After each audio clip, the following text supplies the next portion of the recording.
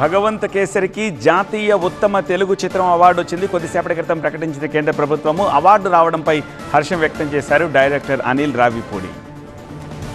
So Bhagavanth Kesari 71st national awards గాను ఉత్తమ తెలుగు చిత్రంగా ఎంపికైనందుకు చాలా సంతోషంగా ఉంది. అండ్ నేషనల్ అవార్డ్స్ కమిటీకి అండ్ జ్యూరీ మెంబర్స్ అందరికీ స్పెషల్ థ్యాంక్స్.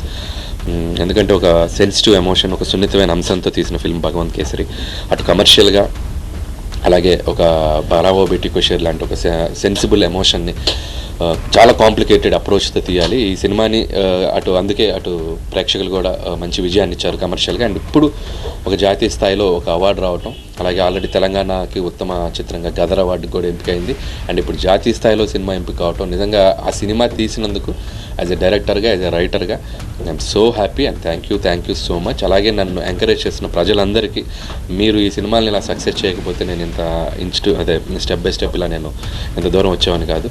అండ్ అలాగే ముఖ్యంగా ఈ అవార్డులో రైటర్గా, డైరెక్టర్గా, ప్రొడక్షన్గా మాది ఎంత ఉందో అంతకు మించి బాలయ్య బాబు ఉందని చెప్పాలి.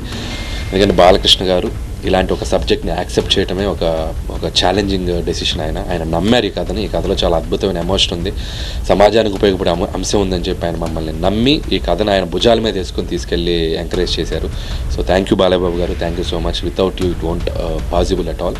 అండ్ మీకోసం వెయిట్ చేస్తున్నాం, త్వరగా హైదరాబాద్ రండి. Will celebrate this beautiful moment. Thank you.